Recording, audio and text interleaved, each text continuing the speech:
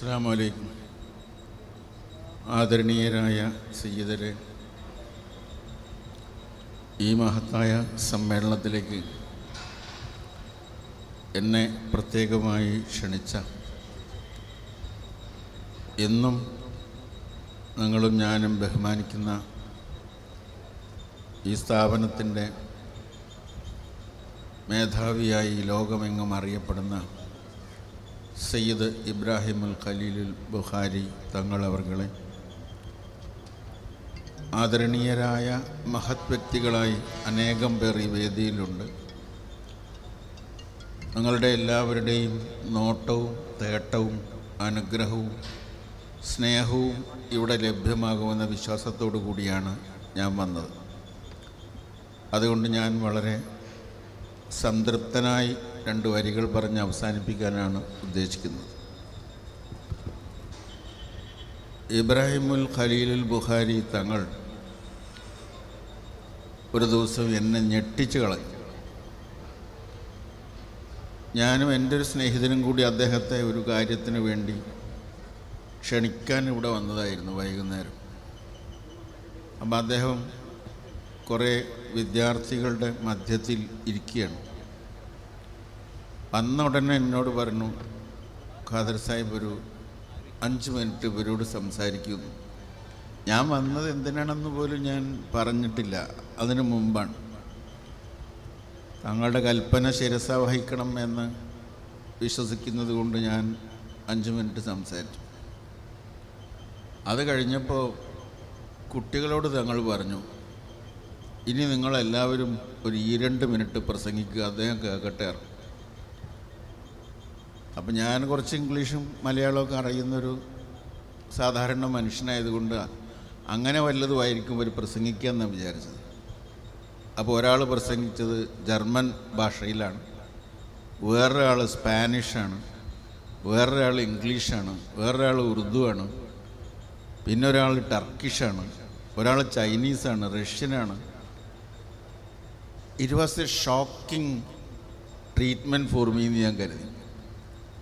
ഈ മലപ്പുറത്തിൻ്റെ മണ്ണിൽ ഇതൊക്കെ ഉണ്ടോ എന്ന് ഞാൻ നേരത്തെ കേട്ടിരുന്നു, ഞാൻ ഇത്ര നേരിട്ട് കണ്ടിട്ടില്ലായിരുന്നു. ഞാൻ അത്ഭുതപ്പെട്ടു പോയി. സയ്യിദ് ഇബ്രാഹിമുൽ ഖലീലുൽ ബുഖാരി തങ്ങൾ എന്ന് പറഞ്ഞാൽ ഈസ് എ ഗ്രേറ്റ് വിഷണറി.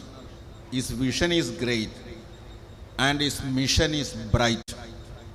നല്ല ശോഭയുള്ള പ്രകാശപൂരിതമായ മിഷനാണ് അദ്ദേഹത്തിനുള്ളത്. 30,000 വിദ്യാർത്ഥികൾ, 55 സ്ഥാപനങ്ങൾ. ഞാൻ ഈ പരിസരത്തുള്ള ആളാണ്. വളരെ കാലമായി അദ്ദേഹം അപ്പുറത്ത് മുദരിസായിരുന്ന സമയം തൊട്ട് ഞാൻ കണ്ടിട്ടുണ്ട്. ഇടയ്ക്ക് വല്ല സ്ഥലങ്ങളിൽ വെച്ച് കണ്ടുമുട്ടാറുണ്ട്, പരിചയപ്പെട്ടിട്ടുണ്ട്. ഒരു ദിവസം ഞങ്ങളതിൽ പോകുമ്പോൾ എൻ്റെ കൂടെ ഉണ്ടായിരുന്നൊരു സ്നേഹിതൻ പറഞ്ഞു, കോഴിക്കോട് പോവുക, മടങ്ങി വരുമ്പോൾ പറഞ്ഞു, ഖാദർ സാഹിബ് നമ്മൾ പോകുമ്പോൾ ഇതിവിടെ ഉണ്ടായിരുന്നില്ലല്ലോ എന്ന് ഒരു വലിയ കെട്ടിടം കണ്ടിട്ട് പറയാം. അത്ര അത്ഭുതകരമായ വളർച്ചയാണ് ഈ സ്ഥാപനത്തിനുണ്ടായത്. Is a great administrator also. നല്ലൊരു ഭരണാധികാരിയാണ്. അദ്ദേഹത്തിൻ്റെ ക്യാരക്ടർ എന്ന് പറയുന്നത് ഇൻക്ലൂസീവാണ്, എല്ലാവരെയും ഉൾക്കൊള്ളുക എന്നുള്ളതാണ്. ഈ trying is best for communal harmony. നല്ല മനുഷ്യബന്ധങ്ങൾക്ക് വേണ്ടി, മതസൗഹാർദ്ദത്തിന് വേണ്ടി എല്ലാവരെയും ഉൾക്കൊള്ളുന്ന മനോഭാവമാണ് അദ്ദേഹത്തിനുള്ളത്. നമ്മുടെ എല്ലാം പ്രതീക്ഷകൾക്ക് തിലകം ചാർത്തിക്കൊണ്ട് അദ്ദേഹവും അദ്ദേഹത്തിൻ്റെ സ്ഥാപനവും അദ്ദേഹത്തിൻ്റെ സഹപ്രവർത്തകരും വളർന്നു വരികയാണ്. ഈ കുട്ടികൾ സ്പാനിഷ് പഠിച്ചവർക്ക് നാളെ കൊർദോവയിൽ പോകാനും ജർമ്മനിയിൽ പോകാനും ലോകത്തിൻ്റെ ഏത് ഭാഗങ്ങളിലും പോകാനും ജോലി ചെയ്യാനും അവർക്ക് സാധിക്കും. സ്പിരിച്വാലിറ്റി മാത്രമല്ല, സയൻസ് ആൻഡ് ടെക്നോളജി, ശാസ്ത്ര സാങ്കേതിക വിദ്യകളിലൂടെ ഭംഗിയായി പഠിപ്പിക്കുന്നു. അഡ്മിനിസ്ട്രേറ്റീവ് മേഖലയിൽ IAS പോലുള്ള കോച്ചിങ് കൊടുക്കുന്നു. വളരെ ചെറിയ കുട്ടികൾ തൊട്ട് നമ്മൾ രാവിലെ കണ്ടതുപോലെ അത്ഭുതകരമായ ഒരു ഇതിഹാസം, അങ്ങനെ ഒരു വലിയ ഇതിഹാസം രചിച്ചുകൊണ്ടാണ് ഈ മാദീൻ എന്ന് പറയുന്ന സ്ഥാപനം മുന്നോട്ട് പോകുന്നത്. സാദാത്തുകളായതുകൊണ്ട് നിങ്ങളെല്ലാവരും നിങ്ങളുടെ പ്രദേശങ്ങളിൽ കമ്മ്യൂണൽ ഹാർമണി വളർത്തുന്നവരാണെന്ന് എനിക്കറിയാം. സയ്യിദന്മാർ ഈ മലബാറിനും കേരളത്തിനും ഇന്ത്യക്കും ചെയ്ത സേവനങ്ങൾ നിസ്സാരമല്ല. നമ്മുടെ രാഷ്ട്രം ബ്രിട്ടീഷുകാരൻ്റെ അടിമയായി നിന്ന കാലത്ത് ആ അടിമ ഭരണത്തിൽ നിന്ന് ഇന്ത്യയെ മോചിപ്പിക്കുന്നതിന് വേണ്ടി മലബാറിൽ ജനങ്ങളെ സംഘടിപ്പിച്ചത് മമ്പറം സയ്യിദ് അലവി തങ്ങളാണെന്ന് നമുക്കറിയാം. മമ്പറം സയ്യിദ് അലവി തങ്ങൾക്ക് എന്താവശ്യമുണ്ട്? ഇവിടെ വന്നിട്ട് ഈ ജനത അടിമത്തത്തിൽ കഴിയുമ്പോൾ അദ്ദേഹം നമ്മളെ സാമ്രാജ്യത്വ വിരുദ്ധരാക്കി വളർത്തിയെടുത്ത് രാജ്യത്തിന് സ്വാതന്ത്ര്യം വാങ്ങാൻ വേണ്ടിയുള്ള പരിശ്രമത്തിൽ ഇടപെടുന്നു. അദ്ദേഹത്തിൻ്റെ മഹാനായ പുത്രൻ സയ്യിദ് ഫസൽ പൂക്കോയ തങ്ങൾ ആ സമരത്തെ മുന്നോട്ട് നയിക്കുന്നു. അവസാനം നാട് കടത്തപ്പെടുന്നു. പിന്നീട് വിദേശ രാജ്യങ്ങളിൽ തിരിച്ചുപോയി അവിടെ ഗവർണർ പദവി വരെ അലങ്കരിക്കുന്നു. ഈ മലബാറിലൊക്കെ പണ്ടും കേരളത്തിലും മലബാറിലൊക്കെ ഭരണാധികാരികളൊക്കെ ഹിന്ദുക്കളായിരിക്കും. കോഴിക്കോട് സാമൂതിരി രാജാവായിരുന്നു, അതിനപ്പുറത്ത് മൂഷിക വംശമായിരുന്നു. ഈ വളപട്ടണം എന്നൊക്കെ പറയുന്ന പ്രസിദ്ധമായ സ്ഥലം ഒക്കെ അന്ന് മൂഷിക വംശത്തിൽപ്പെട്ട ഭരണാധികാരികളുടെ എല്ലാ ഭരണാധികാരികളും ചുരുക്കി പറഞ്ഞാൽ ഞാൻ നീട്ടുന്നില്ല ഹിന്ദുക്കളായിരുന്നു. പക്ഷെ അവരുടെ കീഴിലുണ്ടായിരുന്ന അറബികളും മുസ്ലിങ്ങളും എല്ലാവരുമായിട്ട് അവർ നല്ല ബന്ധമായിരുന്നു. കാരണം നമ്മളങ്ങനെയാണ്. കൊടുങ്ങല്ലൂരിൽ ഇസ്ലാം മത പ്രചരണത്തിന് വേണ്ടി എത്തിയ ആളുകൾ, കച്ചവടത്തിന് വേണ്ടി എത്തിയ ആളുകൾ അവിടെ വരുമ്പോൾ അവിടെ കച്ചവടം ചെയ്യുന്ന ആ നാട്ടുകാരുണ്ട്. ആ കച്ചവടം അവരുടെ കച്ചവടം, ഈ അറബികളുടെ കച്ചവടം തുടങ്ങിയാൽ, മുസ്ലിങ്ങളുടെ കച്ചവടം തുടങ്ങിയാൽ കുറയും എന്നുള്ളതിന് ഒരു പരിഹാരമായിട്ട് അവർ തന്നെ നിർദ്ദേശിച്ചത് ഹൈന്ദവ സഹോദരന്മാരോട് പറഞ്ഞത്, ഞങ്ങൾ ഉച്ചവരെ കച്ചവടം ചെയ്യാം, നിങ്ങൾ അതിനുശേഷം നിങ്ങൾ തുറന്നോണം. 2 സമയം നിശ്ചയിച്ച് കടകമ്പോളങ്ങൾ നടത്തിയ ഐക്യം നിലനിർത്തിയ സാഹോദര്യത്തിൻ്റെ സൗഹാർദ്ദത്തിൻ്റെ കാര്യമാണ് പറയുന്നത്.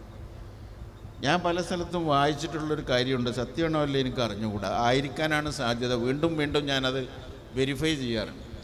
കർബലയിൽ ഹസ്രത്ത് ഇമാം ഹുസൈൻ തങ്ങൾ അവരെ സഹായിക്കുന്നതിന് വേണ്ടി പഞ്ചാബിൽ നിന്ന് ബ്രാഹ്മണന്മാരായിട്ടുള്ള ആളുകൾ പോയിരുന്നു എന്നാണ്. പഞ്ചാബി ബ്രാഹ്മണന്മാരുടെ കൂട്ടത്തിൽപ്പെട്ട രാഹിബ് ദത്ത് എന്ന് പറയുന്ന ആളും അദ്ദേഹത്തിൻ്റെ 7 കുട്ടികളും മറ്റ് ബന്ധുക്കളും ചേർന്ന് 10-12 പേരടങ്ങുന്ന ഒരു സംഘം ആ യുദ്ധത്തിൽ ഇമാം ഹുസൈനെ സഹായിക്കാൻ പോയതുകൊണ്ട് അവർ ഹുസൈനി ബ്രാഹ്മിൻസ് എന്നാണ് അറിയപ്പെടുന്നത്. കേട്ടിട്ടുണ്ടോ എനിക്ക് അറിഞ്ഞൂടെ? ഹുസൈനി ബ്രാഹ്മിൻസ്. അവർ ഏതാണ്ട് കുറേ ആളുകൾ ഇപ്പോഴും ബാഗ്ദാദിലുണ്ടെന്ന് പറയുന്നു. പഞ്ചാബ് പിന്നീട് പ്രവിശ്യൊക്കെ മാറി അവർ സിന്ധ് ആ മേഖലയിലൊക്കെ പോയ ആളുകളുണ്ട്. അപ്പോൾ അവർ ഹുസൈനി ബ്രാഹ്മിൻസ് എന്ന് പറഞ്ഞാൽ അറിയപ്പെടുന്നത്. അവരതിൽ അഭിമാനിക്കുകയാണ്, സഹായിച്ചത് ഞങ്ങൾ ന്യായത്തിനെയാണ്, നീതിയുടെ ഒപ്പമാണ് ഞങ്ങൾ നിന്നത്.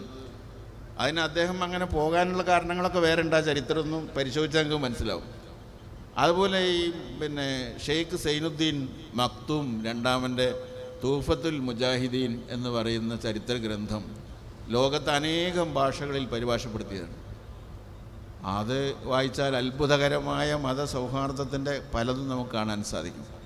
അതിലെല്ലാം സാദാത്യങ്ങൾ വഹിച്ച പങ്ക് വളരെ വലിയതാണ്. സാമൂതിരി രാജാവിൻ്റെ കാലത്ത് MGS നാരായണൻ എഴുതി ഞാൻ വായിച്ചിട്ടുണ്ട്. സാമൂതിരി രാജാവിൻ്റെ കാലത്ത് ജുമാ നമസ്കാരത്തിന് വെള്ളിയാഴ്ച പള്ളിയിൽ പോകാത്ത മുസ്ലിങ്ങൾക്ക് സാമൂതിരി ഫൈനിട്ടിരുന്നു. സാമൂതിരിക്ക് എന്താവശ്യമുണ്ട്?